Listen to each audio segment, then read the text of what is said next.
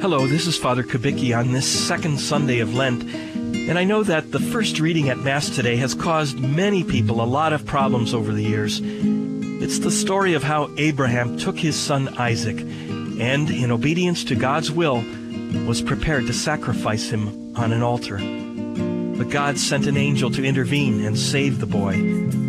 Would God really ask someone to sacrifice their own child? We don't have to worry about the answer to that question because it didn't happen. And what did happen is what should occupy our attention during Lent, and in fact, every day. God didn't require Abraham to sacrifice his son, but God gave his own son, Jesus, as a sacrifice for sin. He died not on wood placed on a stone altar, but on the wood of the cross.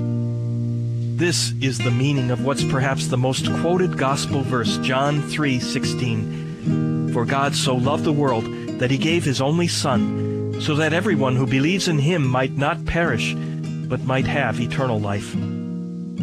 Jesus was the priest and the victim who offered himself as a sacrifice to prove God's love for the world.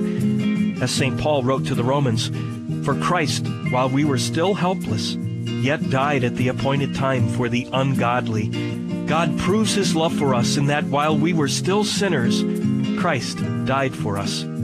Nothing less than the suffering and death of God's own Son could prove his love. Accept it, believe it, the love God has for you, and return his love. How? In the words of St. Paul again to the Romans, offer your bodies as a living sacrifice, holy and pleasing to God, your spiritual worship.